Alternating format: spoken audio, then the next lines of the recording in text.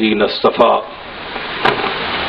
خصوصا على سيد ولد آدم وخاتم الأنبياء وعلى آله المجتبى وعلى كمل أتباعه من الصديقين والصالحين والشهداء. أما بعد فأعوذ بالله من الشيطان الرجيم. بسم الله الرحمن الرحيم.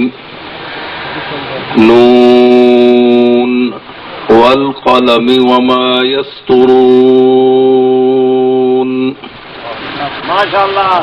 ما أنت بنعمة ربك بمجنون. سبحان الله سبحان الله. وإن لك لأجرا غير ممنون. ما شاء الله. وإنك لعلى خلق عظيم. فستبصر ويبصرون بأيكم المفتون. صدق الله مولانا العظيم. إن الله وملائكته يصلون على النبي يا أيها الذين آمنوا صلوا عليه وسلموا تسليما. سامعین محترم، میں پہلی مرتبہ زندگی میں پہلی مرتبہ اس گاؤں نون میں آ رہا ہوں. حالانکہ میں قریب کا رہنے والا ہوں، مگر اتفاق یہاں کے سادات کا ہمارے ساتھ کافی، ہمارے بزرگوں کے ساتھ کافی گہرا تعلق رہا، مگر اتفاق کی بات کہ میں یہاں نہیں آ سکا. چند دن پہلے ہمارے ایک شاہ صاحب یہاں کے، اس میں گرامی ان کا، یہاں ابھی ملے تھے مجھے. وہ تشریف لے گئے ہمارے گوڑلے میں، تو انہوں نے مجھ سے بہت اصرار فرمایا کہ میں وہاں نون میں آؤں. تو بہرحال یہ گرمی کا موسم بھی تھا، پھر میری دعوتیں بھی بہت ہوتی ہیں، میں ذرا گریز کرتا ہوں، بہت کوئی خاص محفل ہو تو جاتا ہوں. ماشاءاللہ. لیکن شاہ صاحب نے اصرار فرمایا تو میں ان کی محبت اور ان کی جذبہ محبت اور مودت دیکھ کر، بس کوئی ضرورت نہیں، کافی ہے، میں بول رہا ہوں، بس ٹھیک ہے لے جائیں، کوئی ضرورت نہیں، ٹھیک ہے. تو میں یہاں آ گیا. آپ نے خطاب سنتے بھی رہتے ہیں، بڑے بڑے مجھ سے بہتر بولنے والے اور بہتر جاننے والے بہت اچھا بولتے ہیں. کوئی میں یہاں کوئی اپنی علمی دھاک بٹھانے نہیں آیا، صرف آپ چونکہ آل محمد اور محمد سے تعلق رکھنے والے ہیں، محبت رکھنے والے ہیں، اور میں اس مناسبت سے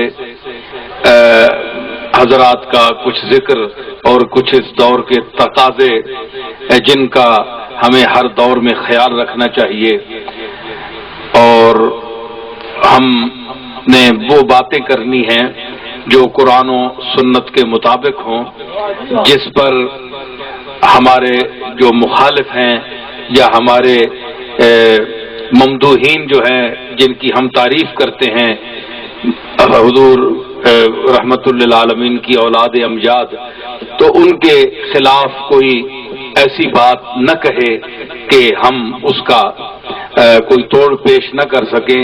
یہ اسی صورت میں ہوگا کہ ہم قرآن و سنت کے دائرے میں بولیں.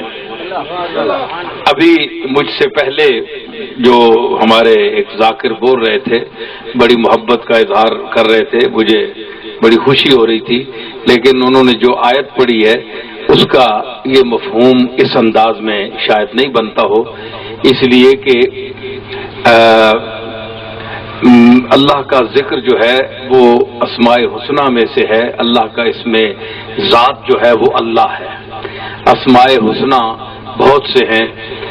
وذکر اسم ربہ فصلی، اس کا مطلب یہ ہے کہ اللہ کا نام لیا. اللہ کا صفاتی نام لینا اور ہے، اللہ کا ذاتی نام لینا اور ہے. اللہ کا ذاتی نام اللہ ہے، اللہ کا نام علی نہیں ہے. علی عظیم ہے، علی صفاتی نام ہے، ذاتی نام نہیں ہے. سمجھ آئی نا؟ تو مطلب ہمیں بات ایسی کرنی چاہیے کہ ہمارا جو مخالف ہے، ہم تو جناب علی کو ماننے والے ہیں، ہم تو ان کے غلام ہیں، میں تو ان کے خاندان کا آدمی ہوں، اور پھر ویسے بھی ہماری محبت ہے. لیکن بات وہ کرنی چاہیے کہ جب اکھاڑے میں بات آ جائے تو پھر یہ نہ آپ کہیں کہ یہ ایک کوئی شیعہ فکر کا آدمی بول رہا تھا تو وہ اس کو اپنے چند ماننے والوں میں بول رہا تھا. چند ماننے والے نعرہ بھی لگائیں گے، تعریف بھی کریں گے، سبحان اللہ بھی کہیں گے، یہ کہیں گے.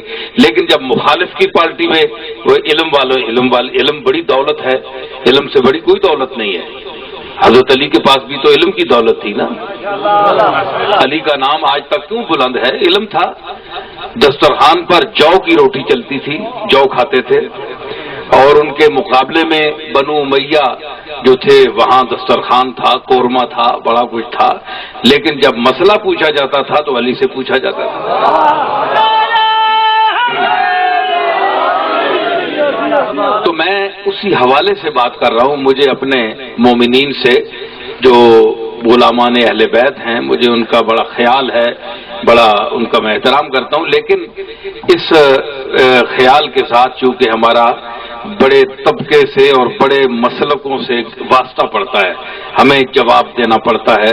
ہم چونکہ دو چار لفظ عربی کے بھی جانتے ہیں، ہم نے باقاعدہ عربی زبان پڑھی ہے، تو اس کا مطلب یہ ہونا چاہیے کہ ہم ایسی بات کریں کہ جس کا مخالف بھی جواب نہ دے سکے.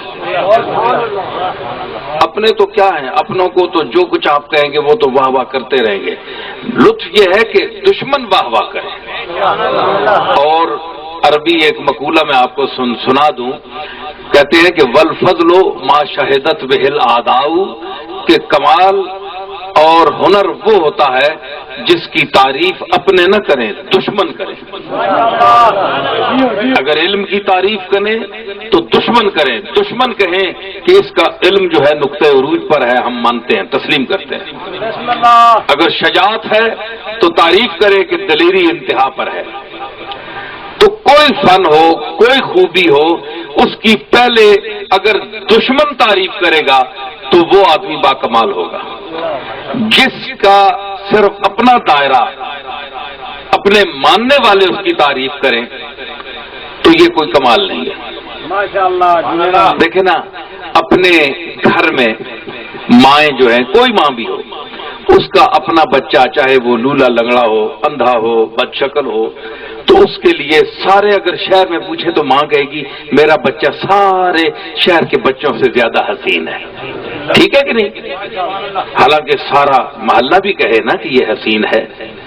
یہ تو نہیں، ماں کی ممتا جو ہے وہ تو کہے گی میرا بچہ سب سے حسین ہے، حسین سے حسین تر کو یہاں لے جائیں، حتیٰ کہ یوسف علیہ السلام بھی اس کے سامنے لے آئے تو بچہ جس کی ماں کی جو محبت ہے بچے سے، وہ کہے گی کہ میرا بچہ نبوت ان کی اپنی جگہ میں مانتی ہوں، میں ان کے قدموں پر گرتی ہوں، لیکن میرا بچہ ان سے حسین ہے.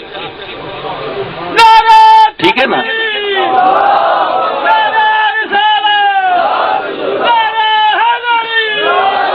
تو ہم اگر اپنے کسی محبوب کو اہل بیت میں سے ہو، اولیاء اللہ میں سے ہو، کوئی ذات بھی ہو، تو اگر ہم اس مائی کی طرح دیکھیں گے آنکھیں بند کر کے کہ ہم نے اس کو خوبصورت کہنا ہی ہے، کمال اس میں ثابت کرنا ہی ہے، تو دنیا کا شور مچ جائے لیکن کہے جناب ان کے برابر کوئی نہیں ہے، تو یہ اس مائی والی رٹ ہے کہ کہے میرے بچے جیسا پورے شہر میں کوئی نہیں ہے حسین.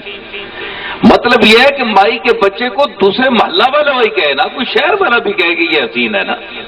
مدد تو حسن کا پھر ہے، کمال اور بھی کوئی مانے، اپنے ہی گھر والے مانتے رہیں. تو علی کو اور اولاد علی کو صرف شیعہ پن میں بند نہ کرو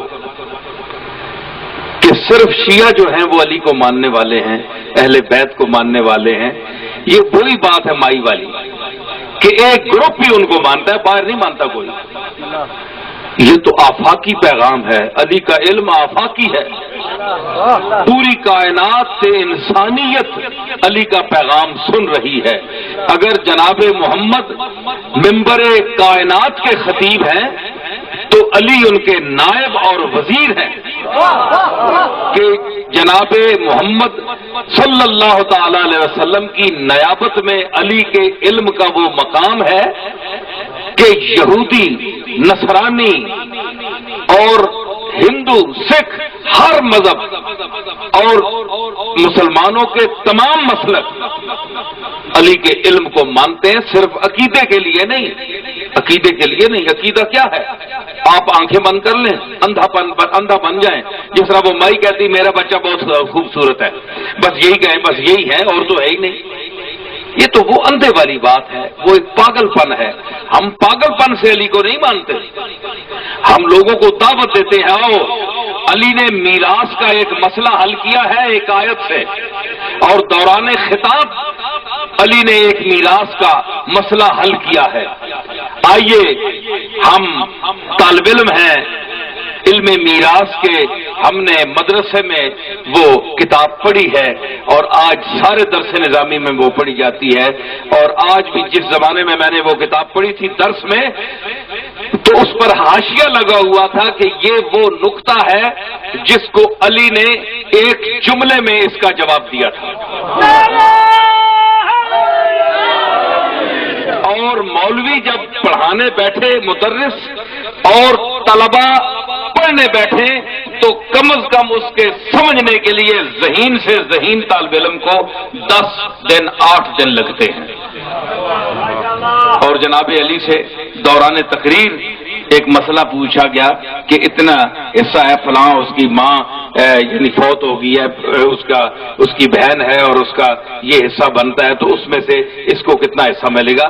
تو ان کی جودت طبع اور اصابت رائے دیکھیے کہ جناب نے ذرا سے تامل میں اسی قافیے کو بھی برقرار رکھا اور اسی کا جواب اسی میں دے گئے۔ تو ہم علی کو بڑے سمجھ سوچ کر مانتے ہیں، عقیدت سے نہیں مانتے۔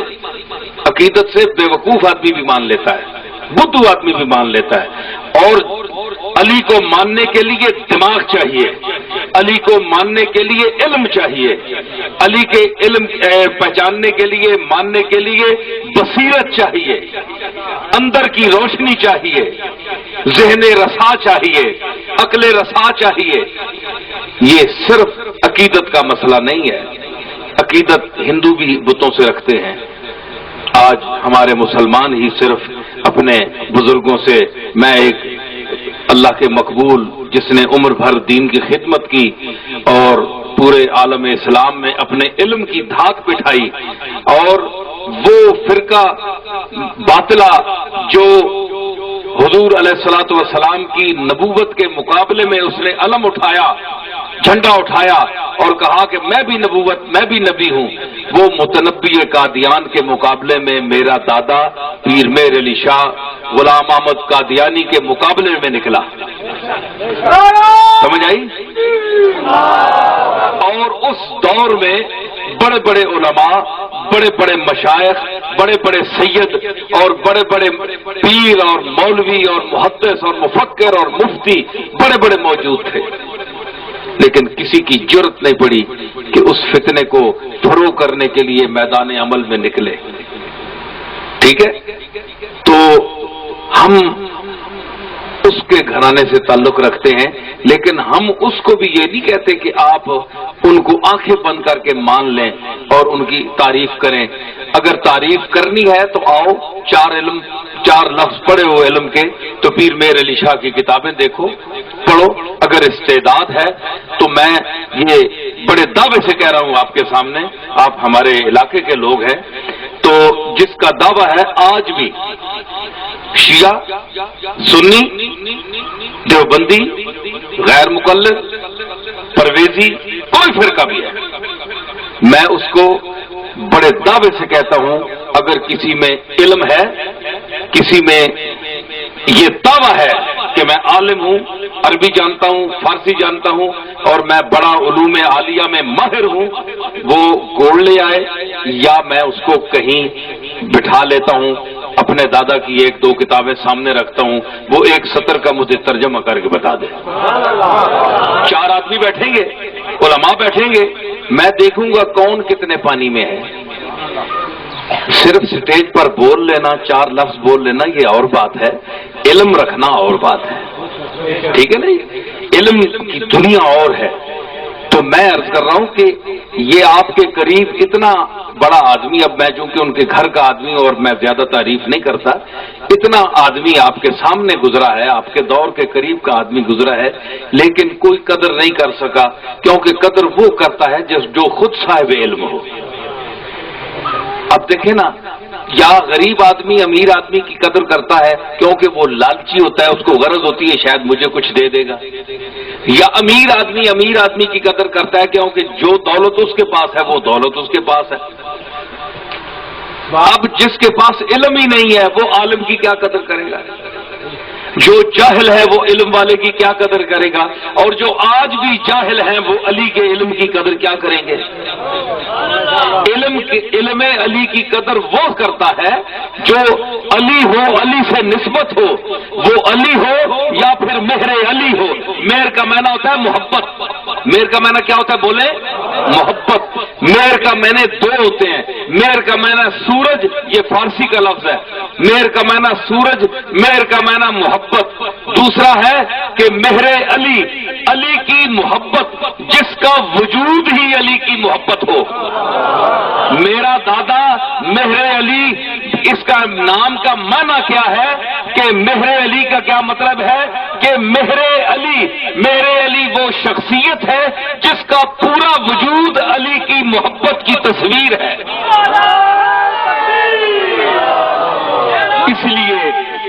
اس لیے حضرت پیر میر علی شاہ پر یہ فکرہ کسا گیا کہ میر علی شاہ شیعہ تھے۔ پیر میر علی شاہ نے تقیہ کیا تھا، پیر میر علی شاہ شیعہ تھے۔ پیر میر علی شاہ صاحب نے فرمایا کہ بات یہ ہے، مجھ سے پہلے بہت بڑے امام شافعی نے وہ کہہ گئے تھے کہ لو کان رفضن حب آل محمد فلیشہد الثقلان انی رافض، کہ اگر آل محمد سے محبت کرنا شیعہ پن ہے تو میں جن و انسان کو گواہ کر کے کہتا ہوں کہ شافعی آج سے رافضی ہے، آج سے شیعہ ہے۔ نعرہ تکبیر، نعرہ تکبیر، نعرہ رسالت، نعرہ رسالت۔ تو علی اور آل زہرا سے محبت کرنا شیعہ پن نہیں ہے، یہ بنیاد ایمان ہے۔ جس میں یہ محبت نہیں ہے وہ کلمہ پڑھتے ہوئے بھی وہ ایمان سے خود کو فارغ سمجھے۔ سمجھ آئی نا؟ محبت آل محمد کی یعنی آل زہرا کی اور آل زہرا کی، یہ علامت ایمان ہے، پیر میر علی شاہ صاحب نے فرمایا۔ اسی لیے انہیں فرمایا کہ جیا حضور کی بارگاہ میں عرض کرتے ہیں کہ جیا درست ہے درسن دیجو صدقہ حسن حسین پیا۔ میرے آقا میرا دل تڑپ رہا ہے، آپ مجھے دیدار کرائیں۔ صدقہ کس کا؟ حسن حسین پیا، اپنے حسن کا صدقہ، اپنے حسین کا صدقہ۔ کیوں کہ بزرگوں سے، گھر والے سے جو صدقہ مانگا جاتا ہے یہ ایک عادت ہے، تو بچوں کا صدقہ مانگا جاتا ہے، بچوں کا سر صدقہ مانگا جاتا ہے۔ دیکھیں آپ کا ماشاءاللہ ایک اپنا مذاق ہے، ذوق ہے، لیکن میں چونکہ آپ کو پتہ ہے میں جس جہاں کا ہوں اور میرا عقیدہ کیا ہے، آپ سب لوگوں کو پتہ ہے، تو میں اس عقیدے کے باوجود کہہ رہا ہوں، میرا اپنا عقیدہ اور ہے، لیکن میں اس اہل سنہ والجماع کے عقیدہ کے سے ذرا ہٹ کر میں کہہ رہا ہوں۔ آپ ذرا ہٹ کر نہیں کو بول سکتے شاید، بٹ ہٹ کر نہ بولیں، کیونکہ شیعہ مسلک سے آپ ذرا ہٹ کر نہیں بول سکتے، کیونکہ آپ پر اعتراض کیا جائے گا کہ تم شیعہ مسلک کو چھوڑ گئے۔ تو میں ڈرنے والا نہیں ہوں، میں اہل سنت سے بھی ذرا نکل کر بول رہا ہوں۔ ہاں میں نکل کر، آپ نکل کر نہیں بول سکتے، میں بول رہا ہوں۔ پھر دیکھیں دلیری میری ہوئی کہ آپ کی ہوئی؟ ہاں میں جو بول رہا ہوں تو میں کہہ رہا ہوں کہ ان سے محبت جو ہے کہ صدقہ مانگا جاتا ہے، کس سے؟ گھر والے سے اس کے بچوں کا. آپ بتائیں، میں کوئی تانا نہیں کر رہا، میں ان کے احترام کرتا ہوں، جناب صدیق اکبر کا، جناب فاروق اعظم کا، جناب عمر کا، سب کا میں نیازمند ہوں. سب کی عزتوں کو اپنے سر آنکھوں پر رکھ کر میں کہتا ہوں کہ کوئی شخص دوستوں کا صدقہ نہیں مانگتا. بات تو کرے نا. دوست کتنے بھی ہوں، چاہے پاس بیٹھنے والے ابو بکر صدیق ہوں، چاہے فاروق اعظم ہوں، چاہے عثمان غنی ہوں، عبداللہ بن مسعود ہوں، عبداللہ ابن مبارک ہوں، کوئی بھی ہوں، محدثین میں ہوں، کوئی بھی ہوں، نیچے تبع تابعین میں ہوں، بڑے بڑے لوگ ہیں. لیکن آپ صدقہ مانگیں گے تو بچوں کا مانگیں گے کہ بچوں کا صدقہ. آج تک کسی نے یہ نہیں کہا کہ یار تمہارے محلے میں یا تمہارے ساتھ جو ساتھی بیٹھتے ہیں بڑے تمہارے کوڑے دوست ہیں، بہت یار ہیں، تمہارے یار غار ہیں، بہت نزدیک ہیں، ان کا مجھے صدقہ دے دو. کبھی کسی سے آپ نے نہ سنا ہوگا، نہیں سنا ہوگا. تو میں اہل سنت سے معذرت کر کے میں کہوں گا کہ ہمیں اتنا حق دیجئے کہ ہم اپنے آباء و اجداد سے محبت کا جو ہمارا مذاق ہے، جو ذوق ہے، جو اصل بات ہے، ہم کہیں. ہم کیوں پابند ہیں اہل سنت والجماعت کے اس گھسے پٹے پرانے طریقے کی کہ ہمیں اجازت نہیں ہے کہ ہم اس سے ہٹ کر بات کریں. میں ایک بہت بڑی بات کر رہا ہوں اور میں ایک بہت بڑے سٹیج کا آدمی ہوں، اور ہمارے گولڑا شریف کا جو سٹیج ہے اس کو انشاءاللہ پیر میرے لیے عشاء کے حوالے سے دنیا جانتی ہے، اور صرف جانتی نہیں مانتی ہے. اور اس لیے مانتی ہے، دولت اور پیسے اور محلات کی وجہ سے نہیں مانتی. میرے دادا نے جو علم کی دھاک بٹھائی ہے اور علی کی وراثت کو اپنایا ہے اور علی کا وارث خود کو ثابت کیا ہے، اس وراثت کی وجہ سے دنیا مانتی ہے ہمیں. دنیا دار تو اور بھی بڑے بڑے پھرتے ہیں، پورا پاکستان بھرا ہوا ہے. دنیا دولت کی وجہ سے نہیں ہے، دولت علم کی وجہ سے. اس لیے کہ مولا علی نے ارشاد فرمایا تھا اپنی ایک ربائی میں کہ رضینا قسمت الجبار فینا لنا علم وللجہال معلوم. جناب علی فرماتے ہیں دیکھیے کہ ہم اللہ کی اس تقدیر پر راضی ہیں، اللہ نے جو فیصلہ کیا ہے ہم اس پر راضی ہیں کہ لنا علم وللجہال معلوم. ہمیں اللہ نے علم دیا ہے اور جاہلوں کو مال دیا ہے. جو جاہل ہیں، ان پڑھ ہیں، جو اس قابل نہیں تھے علم کی دولت کو سنبھالنے کے لیے، جو اس کے اہل نہیں تھے، فرمایا ان کو دولت دے دی، پیسہ دے دی، پراپرٹی دے دی، جائیداد دے دی. کیوں؟ لِأَنَّ الْمَالَ يَفْنَى عَنْ قَرِيبٍ وَأَنَّ الْعِلْمَ لَيْسَ لَهُ زَوَالُ. اس لیے کہ مال ان قریب فنا ہو جاتا ہے. رات کو چور پہنچ جائے، غائب، ختم، چوری ہو گیا. اور اگر بینک پر ڈاکہ پڑ جائے، بینک کا دیوالیہ ہوگا، پیسہ ختم. کسی نے چھین لیا، بندے کو قتل کیا، بندہ، پیسہ بھی ختم، بندہ بھی ختم. مال تو فنا ہونے والی چیز ہے، دولت اور پیسہ تو آنی جانی چیز ہے. جناب علی نے فرمایا وَأَنَّ الْعِلْمَ لَيْسَ لَهُ زَوَالُ. علم کو زوال نہیں ہے. انسان جب تک رہے گا اس وقت تک اس کا توتی بولتا رہے گا، اور جب علم کا سرمایہ پیچھے چھوڑ کر جائے گا تو قیامت تک دنیا اس کی تصانیف پڑھ کر اس کے علم کو زندہ رکھیں گی، اس کے کام کو بھی زندہ رکھیں گی اور اس کے نام کو بھی زندہ رکھیں گی. ٹھیک ہے؟ تو نام بھی زندہ رہے گا، کام بھی زندہ رہے گا. کیوں؟ تو پھر مقام کس کو حاصل ہوا؟ دنیا کے مال کو یا علم کو؟ علی کا نام آج تک کیوں زندہ ہے؟ علم کی وجہ سے ہے. میں بڑے معذرت کے ساتھ پھر میں عرض کروں گا کہ مجھے معاذ اللہ کسی کی تنقید کو مقصد نہیں ہے کہ میں رسول اللہ کے کسی صحابی کی تنقید کروں یا ان کا کوئی مرتبہ کم کروں، ایسی بات نہیں ہے. بہرحال صحابہ میں فرق ہے. تلکر رسول فضلنا بعضهم علی بعض. اللہ نے رسولوں کو بعض رسولوں پر بھی فضیلت دی. اسی طرح اگر رسولوں کو فضیلت دے سکتا ہے کہ وہ صحابہ کو فضیلت نہیں دی. صحابہ پر کئی لوگ جو ہیں وہ افضل ہے. تو اب یہ جو ہے کہ یہ معیار جو ہم نے رکھا ہوا ہے، ہم یہ نہیں کہتے ہم فیصلہ کرنے والے کون ہیں کہ کون افضل ہے، یہ تو اللہ جانتا ہے کون افضل ہے. اللہ کے ہاں کون افضل ہے یہ تو اللہ جانتا ہے. لیکن ہمارے پاس ایسے لوگ جو اس پر ضد کرتے ہیں، تو ایک شخص نے اسی طرح ضد کی کہ نہیں جناب پہلا جو ہے وہ اول ہے، وہ افضل ہے، اور جو ترتیب کے مطابق ہے. میں نے کہا پھر رسالت کی ترتیب کو ذرا دیکھو کہ پھر جس کو تم افضل سمجھتے ہو اس کو تو پہلے ہونا چاہیے. کیا رسول اللہ معاذ اللہ آخر میں آ کر معاذ اللہ سب سے کم ہے، افضل ہے؟ تو پھر یوں تم کہو کہ پھر جو آخر میں خلافت میں آخر میں آیا اس کا پھر مقام خود متعین کرو، وہ کیا ہے؟ دیکھو نا، اگر منطق ہے تو منطق سے بات کرو. تو مطلب ہے کہ ہمیں یہ فیصلہ نہیں کرنا چاہیے، یہ تو عوام فیصلہ کرے گی کام دیکھ کر، مقام دیکھ کر. سمجھ آئی؟ تو یہ کام ہم اور پھر میں عرض کروں کہ میں بڑا کھلا سا آدمی ہوں، مجھے نہ سنیوں کا ڈر ہے نہ شیعہ حضرات کا ڈر ہے. شیعہ کو میں اس لیے پسند کرتا ہوں کہ یہ اہل بیت کی بات چاہے نظم میں ہو یا نثر میں ہو بڑے ذوق سے سنتے ہیں.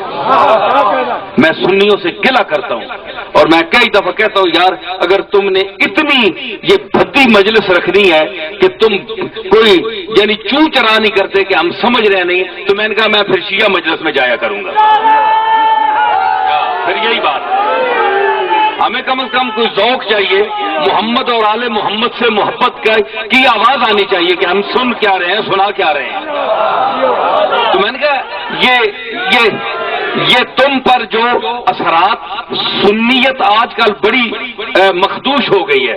میں گزارش کروں، یہ بڑا مجمع تھوڑا ہے لیکن تھوڑے کی بات نہیں ہے، میں جو بات کر رہا ہوں وہ بہت بڑا میسج ہے اور یہ ریکارڈ ہو رہا ہے، یہ دنیا ساری سنے گی. اور جو میں نے آیت پڑھی ہے وہ بھی سورہ قلم سے پڑھی ہے اور اس گاؤں میں بول رہا ہوں، اس کا نام ہے نون. اور میں نے جو آیت پڑھی ہے نون والقلم وما یسطرون، نون گاؤں کی نسبت سے میں نے وہ سورت شروع کی ہے جس کا ابتدائی حرف نون ہے. نون والقلم وما یسطرون. میں اس پر بھی 2-4 منٹ بولوں گا مگر دیکھیے میں ذرا بات کر لوں. تو آج کل کی سنیت جو ہے وہ بھی بڑی مخدوش ہو چکی ہے. ہمارے جو اہل بیت کے جو ماننے والے سنی حضرات تھے پہلے، میں اپنے دادا پردادا کی بات 100 سال 50 سال پہلے کی کر رہا ہوں، اس میں محبت اہل بیت سے وہ سرشار تھے. سمجھ آئی؟ صحابہ کا ادب بھی ہمارے سراں کھپر ہے، ان کا بھی ہم کرتے ہیں، لیکن جو غالب چیز تھی وہ محبت اہل بیت تھی. ٹھیک ہے؟ لیکن آج جو خارجی اثرات ہم پر پڑے ہیں، مثلا یہ جو نئے فرقے سر اٹھا چکے ہیں، اب ان کا یہ خیال ہے کہ آل محمد کو نیچے کیا جائے اور دوسرے طبقے کو اوپر کیا جائے. سمجھ آئی نا؟ تو یہ آل محمد سے یہ جو سلوک ہے یہ آج کا نہیں ہے، یہ یزید کے دور سے شروع ہوا ہے. ٹھیک ہے نا؟ تو مطلب ہے کہ آج یہ جو آواز اٹھائی جا رہی ہے تو یہ وہی آواز تو نہیں جو کوفے میں اٹھائی تھی، جو یزید کے لشکریوں نے اٹھائی تھی، جو عبداللہ بن زیاد نے، عبید اللہ بن زیاد نے اٹھائی. کیا یہ وہی قوم تو نہیں؟ کیا یہ وہی امت تو نہیں آ گئی اس دور میں کہ آج حسین کے نام کے ساتھ وہی سلوک کر رہی ہے؟ حسین کے ساتھ جنہوں نے جان دی، اپنی نثار کیا سب کچھ، آج ان کے ساتھ وہی القاب اور وہی چھوٹے چھوٹے پمفلٹ چھائے کر کے حسین کی عظمت کو گرانے کی کوشش کر رہی ہے. اور یہ کہہ رہی ہے کہ جناب بنو امیہ جو تھے یہ آپس میں بھائی بھائی تھے، ان کی رشتے تھے. میں رشتوں کا انکار نہیں کرتا، رشتے ہیں، مگر میں اتنا عرض کرتا چلا جاؤں رشتوں سے جو رشتے تو قائم رہتے ہیں، رشتہ ایمان جو ہے ظاہری رشتوں سے اس کا مقام زیادہ ہے. اگر یزید کا سنیں میں، اگر یزید کا رشتہ کملی والے سے بھی ثابت ہو جائے نا تو یزید کا کردار ایسا ہے کہ وہ کملی والے کے ساتھ منسوب ہونے کے قابل ہی نہیں.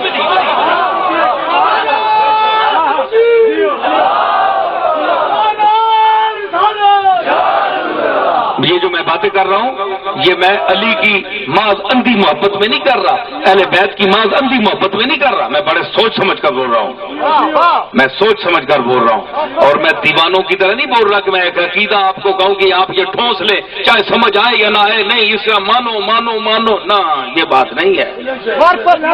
علی کو مانو، سمجھ کر مانو، سمجھ کر مانو گے تو پھر بے ایمان نہیں ہو سکتے، علی کا دامن چھوڑ نہیں سکتے پھر۔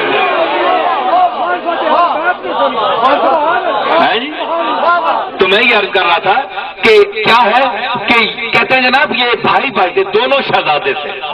آج کل کیا کہتے ہیں کہ یزید بھی شہزادہ تھا اور حسین بھی شہزادے ہیں، پمفلٹ دیکھ رہے ہیں چھپے ہوئے ہیں جی۔ ایک منٹ وقت تھوڑا میں ذرا آپ سن لیں۔ تو میں یہ کہتا ہوں کہ ٹھیک ہے یزید کے والد اور ان کے دادا کے جو رشتے رسالت میں آپ سے ہوں گے ہمیں اس پر اعتراض نہیں ہے، جو ہیں ان کو ہم توڑ تو نہیں سکتے نا، اور جو نہیں ہیں ہم ان کو جوڑ نہیں سکتے، اور لیکن یہ دیکھنا ہے کہ جو رشتے ہیں رشتوں سے کیا تعلق فرق پڑتا ہے۔ اگر ایمان نہ ہو، محبت نہ ہو، رابطہ نہ ہو تو ظاہری رشتے سے کوئی فائدہ نہیں، کوئی فائدہ نہیں۔ حضرت ابو سعید ابو الخیر ہمارے ایک صوفی ہیں، وہ کہتے ہیں کہ گر با منیوں در یمنی پیش منی، گر بے منیوں پیش منی در یمنی۔ اگر میرا تیرے ساتھ تعلق ہے تو تو یمن میں بیٹھا ہوا ہے، تو تو سمجھ میرے سامنے بیٹھا ہے، اور اگر میرے ساتھ تیرا تعلق نہیں تو میرے سامنے بیٹھا ہوا ہے تو پھر سمجھ کے تو یمن میں بیٹھا ہوا ہے،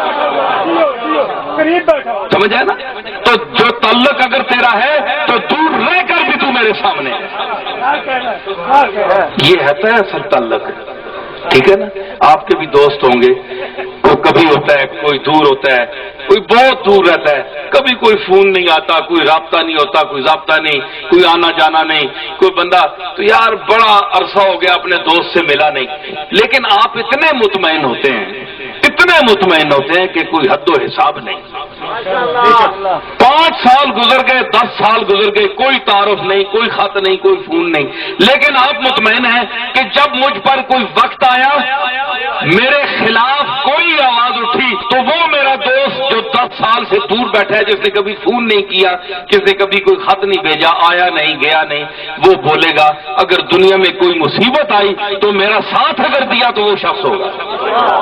یعنی 10 سال گزر گئے، آپ سے ملا نہیں ہے، لیکن آپ کو اس پر اتنا یقین ہے جی، اتنا یقین ہے، تو ہر وقت جو آپ کے پاس رہیں، محلے میں 24 گھنٹے آپ کا سر کھاتے ہوں، السلام علیکم جی، چائے بھی آپ ان کو پلاتے ہوں، روز گھر میں آپ بڑے السلام علیکم جناب خیریت ہے کدھر، بس میں نے کہا ذرا آپ کو مل جاؤں، بندہ آنا لکھ لانت کتنے سیرے تے آن چڑھے ہیں، منافقہ پرلے درجے نے پوچھی کٹی چاہ کے آ رہے ہوتے، پرلے درجے نہ منافق جھوٹا کذاب، قدم قدم تے بکواس میرے خلاف کرنا ہے، میرے سامنے آن کے ماں منافقانہ سلام کرنا ہے، اس دوستی پر لعنت پھینکتا ہوں میں، اور مجھے تو وہ 10 سال کا بچھڑا ہوا تو ساتھی ہے، آج تک میں اس کی یاد میں آنسو روتا ہوں، خون کے آنسو روتا ہوں، سمجھ آئی نا؟ تو یہ آپ دیکھ لیں، میں جو عرض کر رہا ہوں کہ یہ جو رشتے ہیں اگر وہ محبت اور آپ کا تعلق نہیں ہے تو نہ دوستی کام کی ہے اور نہ رشتہ کام کا ہے، نہ خون کام کا ہے نہ دوستی کام کی ہے، اگر آپ کا تعلق نہیں ہے۔ میں معذرت کے ساتھ میں جو حقائق بیان کر رہا ہوں اس میں مجھے آپ کھلی اجازت دیں، میں جس طرح بول رہا ہوں تو میں عرض کر رہا ہوں کہ ہم حضور کے صحابہ کو اس لیے نہیں مانتے کہ وہ، اور میں آپ سے یہ بھی کہتا چلوں بڑے بڑے علماء، بڑے بڑے آپ کے مفکر، میں بڑا ان کا احترام بھی کرتا ہوں، لیکن کچھ معذرت کے ساتھ ایک میں جملہ یہ بھی کہتا چلوں، یہ سنیوں کی طرف سے نہیں کہہ رہا، میں نے جو حقائق خود پڑھے ہیں، میں اللہ کے فضل سے میرے پاس اگر اتنے پیسے نہیں اللہ نے دیے ہوئے ہیں مجھے، لیکن اس سے زیادہ 2-4 لفظ علم کے دیے، پیسوں سے زیادہ مجھے علم دیا ہے، تو میں اس پر فخر کرتا ہوں کہ اس کی عطا ہے۔ میں نے بڑا مطالعہ کیا، میں نے اپنی عمر سے زیادہ کتابوں کا مطالعہ کیا، میری عمر کم ہے، میری کتاب کا مطالعہ بہت زیادہ ہے، تو میں اس پر عرض کروں کہ اگر صدیق اکبر اور فاروق اعظم کی کوئی زیادتی ہوتی، میں قسم اٹھا کر کہتا ہوں اس نیلی چھت والے خالق اور آسمان کے اور زمین کے خالق کی قسم اٹھا کر کہتا ہوں کہ اگر انہوں نے زیادتی کی ہوتی فاطمہ الزہرا یا آل محمد سے تو آج میں سنیت کو چھوڑ دیتا اور میں آپ کے مسلک میں آ جاتا۔ میں آپ کو قسم اٹھا کر کہتا ہوں کہ میں یعنی صدیق اکبر کا جو احترام تھا سیدہ فاطمہ الزہرا اور جو ان کی اولاد کے ساتھ، اور جو وہ باغ فدق کا مسئلہ ہے، وہ کسی موقع پر میں آپ کو سمجھاؤں گا کہ اصل بات کیا تھی۔ یہ غلط فہمی ہمارے علماء، آپ کے علماء، تاریخ مختلف روایات سے اٹی پڑی ہے، بھری پڑی ہے، اس میں مختلف قسم کی روایتیں گھسی ہوئی ہیں، اس میں ان لوگوں کے دل جو دور کیے ہیں امت کے صحابہ سے، وہ اس لیے ہیں کہ کوئی صحابی ایسا نہیں ہے جو سیدہ زہرا اور جناب علی المرتضی اور اس کی اولاد کا غلام نہ ہو۔ حقیقت میں آپ کو بتاؤں، فاروق اعظم نے، یہ وہی فاروق اعظم ہے جنہوں نے کہا تھا کہ حسن نے، جناب حسین نے کہا تھا کہ تو اتر میرے نانا کے ممبر سے، تو غلام کا بیٹا ہو کر میرے نانا کے ممبر پر بیٹھا۔ تو فاروق اعظم نے کیا کہا؟ حسن ذرا لکھوا دو، یہ لکھ کر فکرہ دو کہ جو فاروق ہے یہ آپ کے نانا کا غلام ہے، یہ آپ کے گھر کا غلام ہے۔ اگر فاروق اعظم کے دل میں یہ عزت نہ ہوتی تو یہ اتنا بڑا جلیل القدر امیر المومنین، جس کے ایک نظر سے، جنبش ابرو سے کیسر و کسریٰ کی سلطنت کانپتی تھی، اور جو اینٹ کا تکیہ رکھ کر لیٹتا تھا تو بڑے بڑے جبابرہ اور کاسرہ کے دل کانپ جاتے تھے۔ وہ عرض کر رہا ہے کہ حسین، حسن، تم دونوں بھائی لکھ دو، میں آپ کے گھر کا غلام ہوں۔ لکھ کر دیا، لکھوایا فاروق اعظم نے، اور فرمایا اپنے بیٹے عبداللہ ابن عمر سے کہ جب میں مروں تو میرے کفن میں رکھنا، کوئی عمل نہیں ہے، کہوں گا کہ یہ آپ کے نواسوں نے لکھ کر دیا ہے کہ میں زہرا کے گھر کا غلام ہوں۔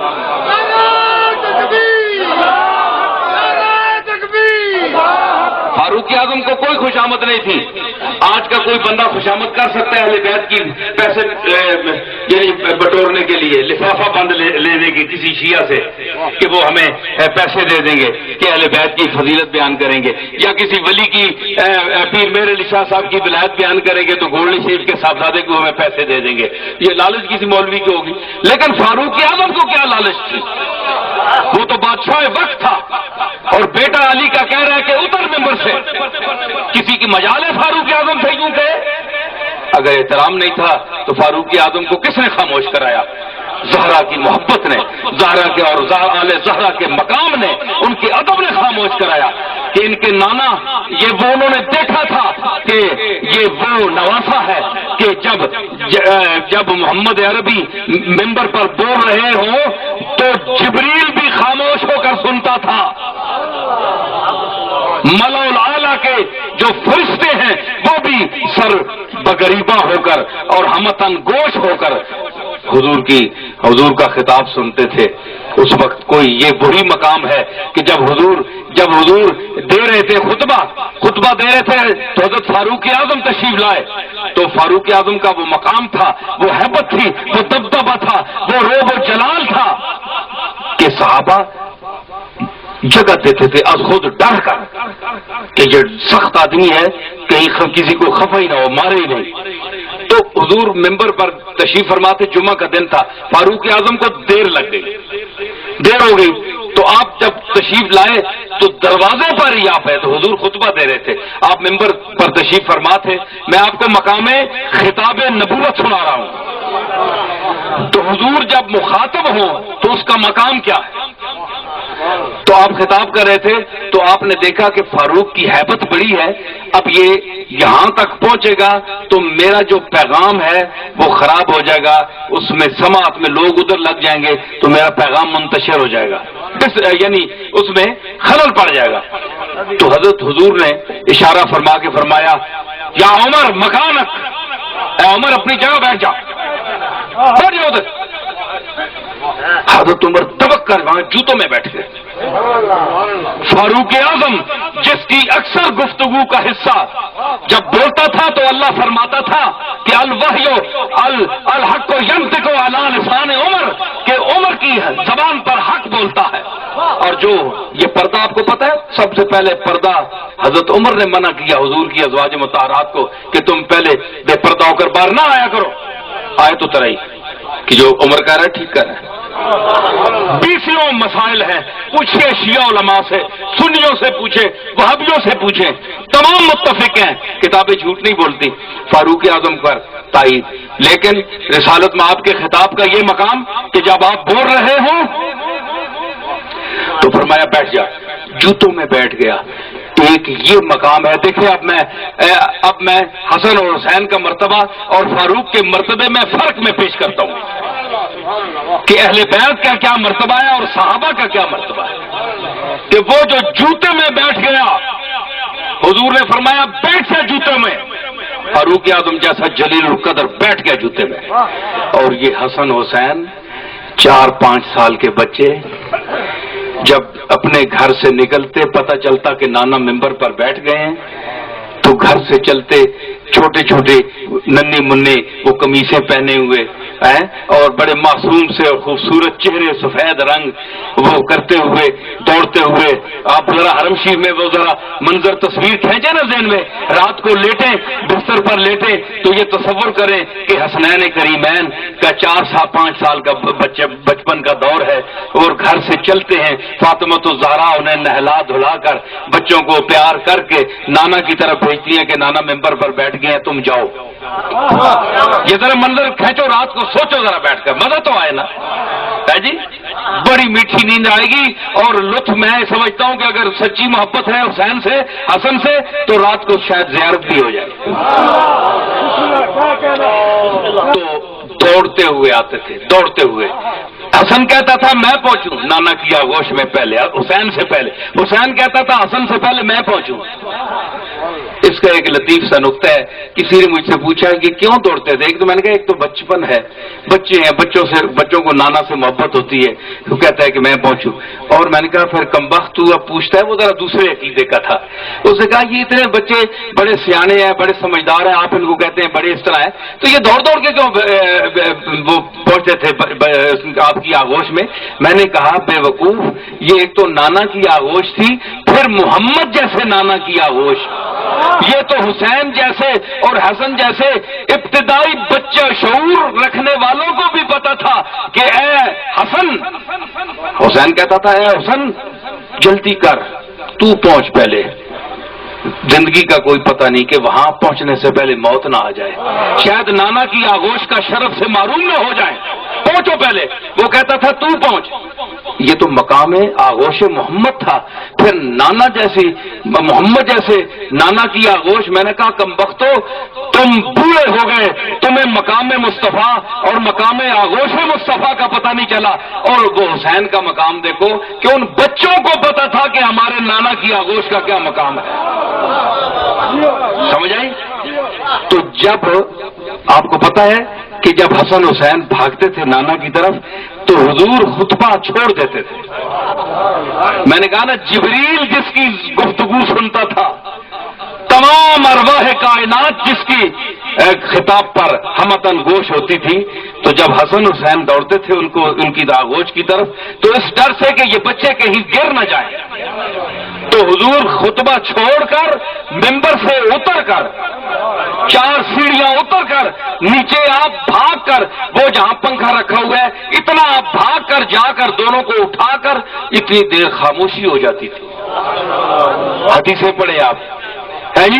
اور مقام دیکھیں کہ فاروق اعظم کو اس اپنے خطبے میں خلل نہ ڈالنے کی وجہ سے جوتوں میں بٹھا دیا. بیٹھ جاؤ ادھر کہ محمد کا کلام کا سلسلہ منقطع نہ ہو جائے. تمہیں پتہ نہیں ہے کہ عام خطیب نہیں بولا، یہ ممبر خطیب کائنات بول رہا ہے. میرے لمحات اتنے فالتو نہیں ہیں. میں آخری نبی ہوں، محمد ہوں، تاجدار اولین والآخرین ہوں. اس لیے خاموش، نہ کوئی اولو العزم صحابہ میں سے کوئی آ سکتا ہے، صدیق اکبر ہو، فاروق اعظم ہو، وقت پر آؤ، اگر نہیں تو وہاں جوتوں میں بیٹھ جاؤ۔ لیکن یہ بچے عجیب ہیں، یہ بچے عجیب ہیں، وہی نانا ہے، وہی خطیب ہے، وہی مرتبہ ہے، وہی مقام ہے، وہی نبوت ہے، وہی شان بلاغت ہے، وہی خطابت ہے، مگر یہ بچے دوڑ کر آتے ہیں تو یہ خطبہ چھوڑ دیا جاتا ہے، ممبر سے اتر کر نیچے بھاگا جاتا ہے، ان کو اٹھایا جاتا ہے، پھر آغوش میں بٹھا کر ان کو چوما جاتا ہے۔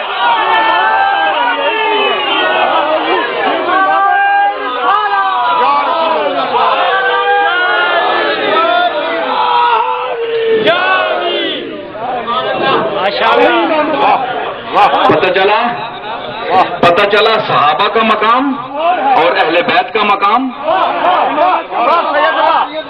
اہل بیت کو اپنی آغوش میں بٹھا کر چوما، فاروق اعظم کو کہا کہ وہیں بیٹھ جاؤ، وہیں بیٹھ جاؤ، آگے نہ آنا، میرے خطاب میں خلل نہ ڈالنا۔ یہ بچوں کو کیوں نہیں کہا؟ صحابی بیٹھے تھے، کئی کہتے بھائی بچوں کو پکڑ لو اور اس کو پیچھے کر لو، جب میں گفتگو ختم کروں تو پھر ان کو آگے لانا۔ یہ کیوں نہیں کہا؟ یہ کیوں نہیں فرمایا؟ ممبر چھوڑ دیا، خطبہ چھوڑ دیا، اور اکثر اور پھر یہ تو نماز تو نہیں ہے نا، ممبر خطاب ہے، اور پھر نماز میں گئے اللہ کے سامنے، جس کے متعلق اقرار ہوتا ہے ایاک نعبد و ایاک نستعین، اللہ اکبر تکبیر تحریمہ کا مطلب یہ اللہ اکبر، یعنی ہاتھ باندھ لیے تو اب باہر کی ہر چیز حرام ہو گئی، اب التفات خاص ہے اپنے مالک کی طرف، اس کی طرف دنیا کو چھوڑ کر بندہ عہد کرتا ہے کہ اب میں تیری بارگاہ میں حاضر ہوا ہوں، نہ کوئی اولاد ہے، نہ کوئی بچہ ہے، نہ کوئی ماں ہے، نہ باپ ہے، قل ان صلاتی و نسکی و محیای و مماتی للہ رب العالمین لا شریک لہ، میرے ماں باپ میری قربانیاں سب تیرے لیے ہیں، اب میں تیرے دائرہ کرم میں آ گیا ہوں، اب میرا اپنا ہے، نہ کوئی بیگانہ ہے، نہ کوئی خیش ہے، نہ قبیلہ ہے، تیری ذات ہے، تو ہے، تیرا جلوہ ہے، میری آنکھیں ہیں، میں تیرا بندہ ہوں، تو میرا معبود ہے، میں ساجد ہوں، تو مسجود ہے۔ یہ مقام ہوتا ہے عبادت۔ خطبہ عبادت نہیں ہوتی اس مقام کی جس طرح نماز ہوتی ہے، نماز کے لیے وضو کیا جاتا ہے، نماز میں بھائی حد ہو گئی کہ یہی بچے یا ان دونوں میں سے ایک، یا بڑا بچہ یا نواسا، بڑا نواسا یا چھوٹا نواسا، پھر نانا محبت کرتے تھے بہت، اور پھر جو ساری کائنات کا محبوب نانا ہو، جو ساری کائنات کا محبوب ہو، وہ ان بچوں کا محبوب کیوں نہ ہو، جو اللہ کا بھی محبوب ہو، جو مخلوق کا بھی محبوب ہو، تو ان کا محبوب کیوں نہ ہو۔ یہی بچے پھر ان دونوں میں سے یا دونوں یا ایک کندھے پہ چڑھ گئے، سجدہ ہے، نانا سجدے میں ہے، اوپر جناب کبھی زلف پکڑ رہے ہیں، کبھی ادھر سے کھینچ رہے ہیں، کبھی ادھر سے کھینچ رہے ہیں، اور پڑھے حدیثیں۔ میں ان لوگوں سے کہوں گا جو منکر اہل بیت ہیں اور اہل بیت کے وہ خلل اور عیب تلاش کرتے ہیں، آئیے، آپ منکر حدیث نہیں ہیں، آپ بھی حدیثیں پڑھتے ہیں، میں حدیثوں کا حوالہ دوں گا، آپ پڑھیں، اور اگر آپ کو پڑھتے ہیں تو آپ کا ایمان نہیں ہے، پھر آپ بے ایمانی کی باتیں کیوں کرتے ہیں، گستاخی کی باتیں کیوں کرتے ہیں؟ کیا یہ وہی حسن نہیں ہے؟ کیا یہ وہی حسین نہیں ہے جو زلف رسول کو کھیلتا ہے؟ کیا یہ وہی حسن نہیں ہے، وہ حسین نہیں ہے کہ حضرت فاروق اعظم تشریف لائے تو حضور گھوڑا بنے ہوئے تھے، رف پر بیٹھنے والا، براق کی پشت پر بیٹھنے والا، رسولوں کی امامت کرانے والا، شب اسراء کا دولہا، عرش کی سیر کرنے والا، لی ماللہ وقت ان کا قائل، جس کے سہرے ماتھے پر شفاعت کا تاج ہوگا، جس کا قیامت کے دن پورے میدان حشر پر راج ہوگا، ہے جی، یہ وہی شخصیت سواری بنی ہوئی ہے۔ فاروق اعظم فرماتے ہیں اگر فاروق اعظم کے دل میں حسن حسین کی یا اس گھر کا بغض ہوتا تو یہ حدیث کی روایت کیوں کرتے؟ سنیے آپ بھی، حضرت فاروق اعظم کے حوالے سے میں عرض کر رہا ہوں. فاروق اعظم فرماتے ہیں میں ایک دفعہ گیا تو حضور گھوڑا بنے ہوئے تھے. میں کانپ گیا لرز گیا کہ حضور گھوڑے بنے ہوئے اور جناب حسین بیٹھے ہوئے، ایک دائیں طرف کی زلف جو ہے وہ کھینچتے ہیں تو حضور جو ہے ادھر مڑ جاتے ہیں، اور بائیں طرف کی زلف کھینچتے ہیں تو حضور ادھر مڑ جاتے ہیں. جس طرح لگام کھینچتے تو حسین لگام کھینچ رہے ہیں تو حضور تو سرکار ادھر مڑ رہے ہیں. تو حضرت فاروق اعظم کہتے ہیں میں کانپ گیا. میں نے کہا، حسین کو میں نے مخاطب کر کے کہا، نیمل مرکب یا غلام اوے نڈیا بہو سونا کوڑا لبے. پنجابی جیسا میں نے اوے نڈیا بہو سونا کوڑا لبے. حضور نے وہیں سے التفات فرمائی اور میری طرف دیکھا. حضور فرمانے لگے کہ نیمل راکب یا عمر، اگر کوڑا چنگا تو سوار بھی تک سوار کیسے ہے؟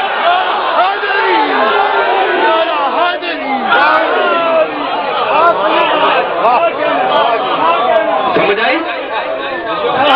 تو میں نے عرض کیا تھا ایک شعر میں، حسین زبدۂ نسل رسول ابن رسول، حسین زبدۂ نسل رسول ابن رسول، علی کے لاڈلے زہرا کے پھول ابن رسول.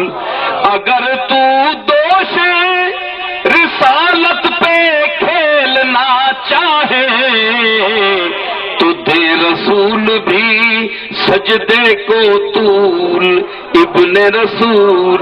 تو حضور اگر تو رسولوں کے کندھے پر بھی بیٹھ کر کھیلنا چاہے ہے حسین، تیرا مقام تو وہ ہے کہ رسول بھی اپنے سجدے کو لمبا کر دے تاکہ حسین کو تکلیف نہ ہو، کہیں نیچے نہ گر جائے. لیکن آپ پڑھے حدیث ہے کہ حضور اس اندیشے سے نہیں اٹھتے تھے کہ حسین نیچے نہ گر جائے. ہائے مجھے وہ لمحات یاد آ رہے ہیں کربلا کے، جب یہی شوا سوارے دوش رسول ذوالجناح کی پشت سے لڑکھڑا کر گرنے کو آمادہ ہوا. تو آپ پوچھئے، میں آواز دیتا ہوں نانا جان آج آپ کہاں ہیں؟ یہ وہی حسین ہے جس کو آپ کل اپنے کندھے سے بھی گرنا پسند نہیں کرتے تھے. آج وہ تپتی ہوئی ریت پر، کربلا کی تپتی ہوئی ریت پر ذوالجناح کی پشت سے گر رہا ہے، اور اس کا بھائی عباس اس منزل پر آ چکا ہے کہ سکینہ رو رہی ہے اور کہہ رہی ہے الاتش الاتش یا امی، اے میرے چچا پیاس سے مر رہی ہوں، کوئی پیالہ کوئی پانی بیٹی، ابھی پانی لاتا ہوں. تو عباس گئے نارے فرات پر، بازو کٹے مشکیزہ گر گیا. تو بیٹی دیکھ رہی ہے، بھتیجی دیکھ رہی ہے، سکینہ رائے اپنے چچا کا رسہ دیکھ رہی ہے. ہائے اہل بیت کے ساتھ جو مظالم ہوئے، اہل بیت کے غم پر ہنسنے والوں کم بختوں، تمہارے گھر کی مائیں بہنیں جو ہیں ان کے اگر سر سے ردا چھین لی جاتی، چادر چھین لی جاتی، تمہاری بیٹیوں کے سروں سے، تمہاری بھتیجیوں کی سروں سے اگر دربار دمشق میں گزرتے ہوئے اگر چادریں نوچ لی جاتی، اگر تمہاری بچیوں کے معصوم کانوں سے بالیاں نوچ لی جاتی، تو میں بتاتا کہ غم حسین کیا ہے، کربلا کا غم کیا ہے، اہل بیت کا غم کیا ہے. مگر افسوس تمہارے سینے میں دل نہیں، تم پتھر کا دل رکھتے ہو، انسان کا دل نہیں رکھتے. تم تو اپنے بچوں پر، اپنے غم پر رونے والے نہیں ہو. اگر حسین پر تو وہ روتا ہے جس کا حسین سے ظاہری کوئی رشتہ نہیں ہے، حسین کے کردار پر روتا ہے، حسین کے ظلم پر روتا ہے، حسین کی مظلومیت پر روتا ہے، حسین کی خاموشی کربلا پر روتا ہے، حسن کے سکوت پر روتا ہے. تو میں عرض کرا کہ وہاں کیا ہوا؟ عباس کے بازو کٹ گئے. تو دیکھا کہ خیمے میں در قیام پر کھڑی ہے سکینہ، دیکھ رہی ہے چاچے کا رستہ، گر پڑے عباس، گر پڑے۔ اب دیکھیے میر انیس اس مقام کو کیا بیان کرتے ہیں، میر انیس بیان کرتے ہیں اس مقام کو۔ نعرے تکبیر، نعرے رسالت، نعرے حیدری۔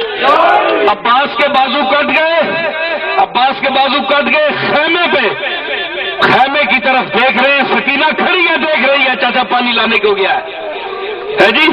تو میر انیس لکھنوی کا ہائے ہائے کیا اس منظر کا کھینچا، ہاں گھوڑے سے گرا خاک پہ سکائے سکینہ،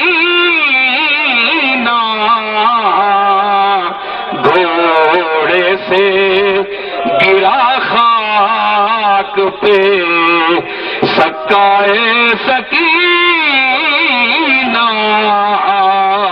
سکائے سکی، پانی پلانے والا سکینہ کا سکا گھوڑے سے گر پڑا عباس ہے۔ جب گرا نا تو بازو کٹ گیا تھا، بھتیجی دیکھ رہی تھی، تو کیا کہا، منہ رکھ کے، ہاں مشکیزے پہ منہ رکھ کے کہا، ہائے سکینہ، مشکیزے پہ منہ رکھ کے کہا، ہائے سکینہ، ہائے سکی، ہائے سکینہ، یہ عباس تجھ تک مشکے اب نہیں پہنچا سکتا، میرے بازو کٹ چکے ہیں۔ کربلا کا منظر سننے کا یارہ ہے، حوصلہ ہے، دل والوں، حسین کی محبت رکھنے والوں، اہل بیت کا درد رکھنے والوں، میں ان کمبخت ملاؤں کو مخاطب نہیں کر رہا جن کے سینے میں دل دھڑکتا نہیں ہے، پتھر رکھا ہوا ہے، وہ یزیدی ٹولے کے افراد ہیں، حسین کو ماننے والے نہیں ہیں، میں حسین کے خاندان کا فرد بھی ہوں، غلام بھی ہوں، آپ غلام ہیں، اور اسی غلامی کے حوالے سے میں یہاں آیا ہوں۔ حضرات، یہ وہ حسین ہے جسے محمد مصطفیٰ اپنے کاندھے سجدے کو اس لیے لمبا کریں کہ حسین کہیں میرے کندھے سے گر نہ جائے۔ ہائے، جب وہ جناح کی تجھ سے گرا تو محمد کے دل سے پوچھئے کہ زہرا اور محمد کے دل پر کیا گزر رہی ہو۔ حضرات، مغرب کا نماز کا ٹائم قریب ہے، مجھے افسوس ہے، انشاءاللہ اللہ نے زندگی دی تو کسی ایسے موقع پر اگر آپ میرے پاس وقت ہوا اور آپ نے یاد کیا تو انشاءاللہ بھرپور کوئی محفل ہوگی تو وہاں میں آپ کو ذکر اہل بیت سناؤں گا۔ اور یہ تشنا ہے، ابھی یہ ذکر تشنا ہے، میں نے تبرکاً حضرات کے اسماء گرامی لے کر اپنی زبان کو اور آپ کی اس محفل کو متبرک کرنا چاہا تو میں نے ذکر کر دیا، ورنہ یہ وہ پاک گھرانہ ہے کہ جتنا بھی قیامت تک ان کا ذکر کرتے جائیں تو دل منور ہوتا جاتا ہے، دل کی پیاس اور بڑھتی جاتی ہے۔ یہی تو حسین سے محبت کا مقام ہے، حسن سے محبت کا مقام ہے، فاطمہ الزہرا سے سرکار نے فرمایا کہ فاطمہ تم بدعۃ منی، فاطمہ میرے جگر کا ٹکڑا ہے۔ تو فاطمہ محمد کے جگر سے دشمنی کرنے والا مسلمان رہ سکتا ہے؟ بولیے، نہیں رہ سکتا۔ جس کو محمد اپنا جگر کہے اس کے ساتھ جو دشمنی کرے گا وہ دار اسلام سے خارج ہوگا۔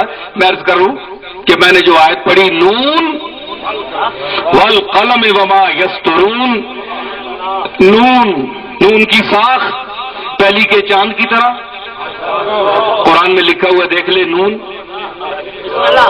پہلی کا چاند۔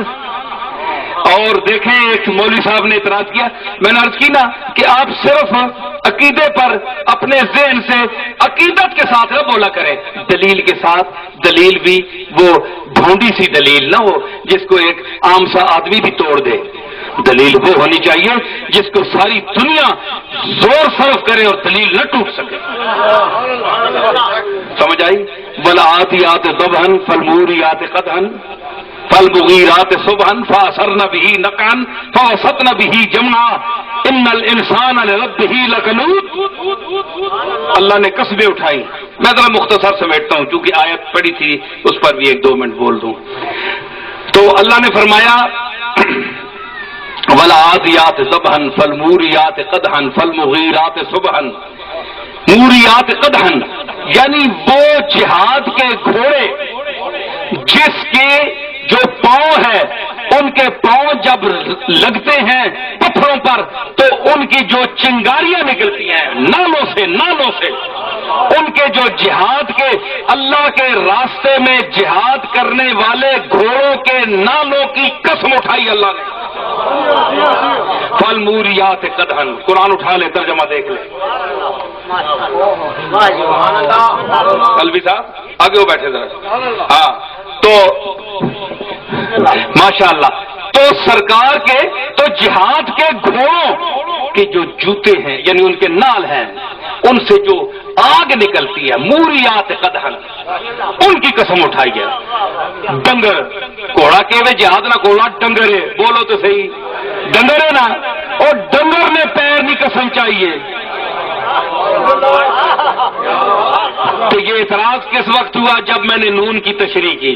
میں نے کہا نون سے یہ بھی مراد ہے یہ تو حروف مقطعات میں سے اللہ بہتر جانتا ہے یا رسول. لیکن میں کہتا ہوں کہ کملی والے کے ناخن پا کی قسم اٹھائی جاتا ہے.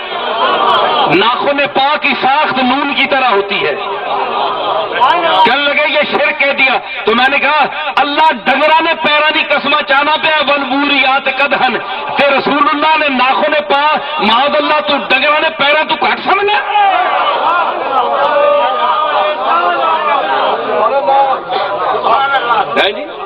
ناخن پا احمد رضا فاضل بریلوی رحمت اللہ علیہ نے یہی تو کہا تھا. جی دل اپنا بھی شیدائی ہے اس ناخن پا کا. اپنا دل بھی شیدائی ہے محمد مصطفیٰ کے ناخن پا کا.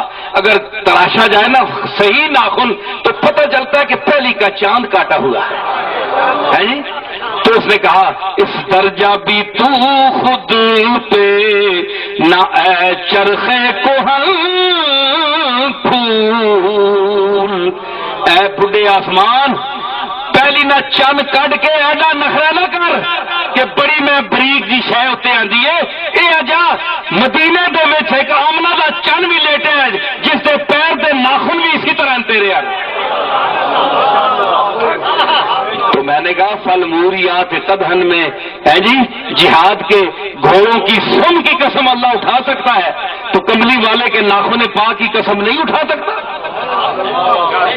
نون والقلم وما یسطرون ما انت بنعمت ربک مجنون. اے محمد تجھ پر اللہ کا اتنا فضل ہے کہ تو اللہ کے فضل کی وجہ سے پاگل نہیں ہے. مکے والے خود پاگل ہیں جب تجھے پاگل کہتے ہیں. وہ پاگل کہتے تھے نا. اللہ نے فرمایا تیرے پر میں نے تمام نعمت کیا ہے تو پاگل نہیں ہے مجنون نہیں ہے. وما انت ما انت بنعمت ربک بمجنون وَإِنَّ لَكَ لَأَجْرًا غَيْرَ مَمْنُونَ. تیرے لیے بے پناہ اجر ہے جس کا کوئی اڈا بنا نہیں. وَإِنَّكَ لَعَلَىٰ خُلُقٍ عَظِيمٍ. اور تجھے میں نے اخلاق عظیم کی بلندی عظمتوں پر بلندیوں پر پہنچایا ہوا. فَسَتُبْصِرُ وَيُبْصِرُونَ. آخری جملے ہیں فَسَتُبْصِرُ وَيُبْصِرُونَ. اے میرے محمد تو بھی دیکھ لے گا اور یہ بھی دیکھ لیں گے جو تجھے پاگل کہتے ہیں. یہ بھی دیکھ لیں گے تو بھی دیکھ لا. بِأَيِّكُمُ الْمَفْتُونَ. تم دونوں میں سے پاگل کون ہے. میں ان کو دکھا دوں گا مکے والوں کو دکھاؤں گا. ارے ان کس کو پاگل کہتے ہو جو کل ساری مخلوق کو اپنا دیوانہ بنا دے گا. تو نون والوں اللہ تعالیٰ آپ کو ان باتوں کے سمجھنے کی توفیق عطا فرمائے جو میں نے باتیں کی. اور میں نے کسی فرقے کی نمائندگی نہیں کی بلکہ میں نے فرقوں سے اوپر ہو کر آپ کے سامنے حق پہنچایا. اور میں نہ سنی بن کر آپ کے سامنے آیا ہوں نہ شیعہ بن کر آیا ہوں، ایک مسلمان اور ایک تاریخ کا قاری بن کر آپ کے سامنے آیا ہوں۔ آپ اگر اہل بیت کی محبت اور عزت کے سلسلے میں سوچتے ہیں تو خدا را صحابہ کرام اور ازواج مطہرات کی عزت کا بھی خیال کریں، وہ آپ کی مائیں ہیں، اور صحابہ کرام جو ہیں مخدوم صحابہ حضرت صدیق اکبر اور فاروق اعظم، جن کی شان ابھی میں نے بتائی کہ وہ اہل بیت کے غلام ہیں۔ اگر آپ کے علماء دین کے سلسلے میں کوئی غلط روایت بیان کرتے ہیں تو وہ غلط ہے، میں ان سے بھی گفتگو کر سکتا ہوں، ایسی بات نہیں ہے، میں ان کی نمائندگی نہیں کر رہا، میرا حق بنتا ہے کہ ان کا جو آل زہرا اور زہرا سے جو دروازے سے تعلق تھا صحابہ کبار کا، میں وہ آپ کے سامنے پیش کروں تاکہ آپ کے دل میں ان کی محبت پیدا ہو۔ کل ایسا نہ ہو کہ فاطمہ الزہرا آپ کو پکڑ لیں اور کہیں کہ صدیق اکبر میرے حق میں اچھا تھا، فاروق اچھا تھا، عبداللہ ابن مسعود اچھا تھا، عبداللہ ابن عمر اچھا تھا، طلحہ اچھا تھا، ابو ہریرہ اچھا تھا، خباب اچھا تھا، یاسر اچھا تھا، عمار اچھا تھا۔ تم اس کو کیوں گالیاں نکالتے رہے، تم اس کو برا بھلا کیوں کہتے رہے؟ میں آج اس کی ضمانت کرتی ہوں، کل آپ کیا کریں گے؟ سوچیں، غور کریں، یہ بڑا مقام کا، یہ بڑا حب اہل بیت کا۔ اور میں اور ان لوگوں سے بھی کہتا ہوں جو دشمنان اہل بیت ہیں، جو صحابہ کے عظمت اور محبت کی آڑ میں اہل بیت کو گالی دیتے ہیں اور کہتے ہیں کہ معاذ اللہ یہ دنیا کے حصول اور تخت کے حصول کے لیے حسین کربلا میں گیا، لکھ لعنت آئی تم پر، شرم آنی چاہیے تم پر، تمہیں شرم آنی چاہیے کہ حسین اس لیے گیا، اس کے تو جوتوں میں پاتا ہوتا جو تخت تھا۔ حسین مکے میں بیٹھتا، اپنے دندانہ کی گدی پر بیٹھ دیتا، گدی نشین ہو جاتا۔ آج کل تو جن کا حق نہیں بھی بنتا وہ بھی گدیوں پر بیٹھ جاتے ہیں، جو گدی جن کو دور کہتی ہے کہ دفع ہو جاؤ تم اس کے قابل نہیں، وہ بھی بیٹھ جاتے ہیں۔ تو حسین تو گدی پر بیٹھنے کے قابل تھا، حسین گدی پر بیٹھنے کے قابل تھا۔ اور مجھے ایک بہت بڑے دشمن اہل بیت نے اعتراض کیا، جناب کہ کون سی؟ میں نے کہا بھائی صحابہ کبار کی بات نہ کرو، فاروق اعظم، حضرت صدیق اکبر اور ان لوگوں کی بات نہ کرو، یہ بڑے، اور البتہ بعض لوگوں کی بات میں کرتا ہوں، نام میں نہیں لیتا، صرف میں اتنا عرض کروں گا کہ تم ایک بتاؤ کہ وہ تعریف کرنے لگا، میں نے کہا تعریف کا ایک جملے کا جواب دو، تم بتاؤ کہ حسین کے مقابلے میں یزید بہتر ہے یا یزید کے مقابلے میں حسین بہتر ہے؟ تو میں نے کہا کلمہ پڑھ کر بتاؤ، حسین خلافت کا مستحق ہے یا یزید؟ کہنے لگا حسین۔ تو میں نے کہا حسین کی موجودگی میں یزید کی بیعت کیوں لی گئی؟ کیوں یزید کو فوقیت دی گئی؟ کیوں کنبہ پروری کی گئی؟ کسی کے پاس جواب ہے؟ کہنے لگا نہیں۔ میں نے کہا یہی غلطی ہے، یہی غلطی ہے۔ حسین جیسے پاک باز انسان کو چھوڑ کر ایک شرابی اور بدکار انسان کو جانشین بنایا گیا اور اس تخت کا والی بنایا گیا، تو یہ حق سلبی نہیں ہے؟ چاہیے تو تھا کہ کہتے کہ نہیں حسین موجود ہے، حسین کی موجودگی میں اور کوئی اس کا اہل نہیں ہے۔ لیکن افسوس یہ ہے، تو میں نے کہا یہی بات ہے، یہی چیز دور لے جاتی ہے انسان کو، اور بہت سی غلطیاں ہیں جو ہمارے اکابر سے بھی ہوئی ہیں، اللہ ان کی غلطیاں معاف کرے۔ لیکن ہمارا طریقہ بہتر یہی ہے کہ ہم گالی گلوچ نہ کریں، لیکن اگر بعض لوگوں کی تعریفیں نہیں ہم سے کی جاتی تو ٹھیک ہے، ہمیں نہیں کرنا چاہیے، لیکن گالی گلوچ سے بھی سب کف لسان کرنا چاہیے، کیونکہ ہمارے آقا حسین کا یہ طریقہ نہیں تھا۔ ابھی مجھ سے پہلے جو صاحب خطاب کر رہے تھے انہوں نے یہ بھی کہا تھا کہ وہ یعنی جناب علی پر جو سب و شتم کیا گیا کتنا عرصہ تک، یہ بات ٹھیک ہے، سب و شتم جاری رہا، لیکن مطلب ہے کہ حضرت عمر بن عبدالعزیز نے یہ سلسلہ بند کیا اپنے دور میں آ کر، تو سب و شتم کرنا اشارے سے بات کر دینا اور بات ہے، اشارے کی بات کا اثر زیادہ ہوتا ہے، کھلے لفظوں کی بنسبت اشارے کا اثر زیادہ ہوتا ہے، مگر اشارے کی کوئی زبان سمجھے تو میں نے جو باتیں کر دی ہیں وہ اشارے میں گئی ہیں، ہر ذہین آدمی وہاں پہنچ گیا جو میں کہنا چاہتا ہوں۔ سمجھ آئی؟ لیکن اپنی زبان کو گندا کرنا یہ حضور کی سنت کے خلاف ہے اور ہمارے آقا اہل بیت اور سربراہ اہل بیت کی تعلیمات کے بھی خلاف ہے. لہذا اس سلسلے میں ہمارے ذاکرین حضرات جو ہیں وہ بھی احتیاط کیا کریں. صحابہ کے بارے میں، اہل بیت کے بارے میں جہاں وہ فضائل بولتے ہیں وہاں صدیق اکبر اور فاروق اعظم کی شان بھی بیان کریں. اگر ان کے پاس مواد نہیں ہے تو یہ فقیر ان کو فراہم کر کے دے گا. اور مستند یہ نہیں کہ چھوٹی موٹی مستند جس کو شیعہ عالم بھی رد نہیں کرے گا وہ فضیلت میں ان کی بیان کروں گا اور بتاؤں گا آپ کو. اللہ تعالی ہماری یہ محبت آپس میں قائم رہے. ہاتھ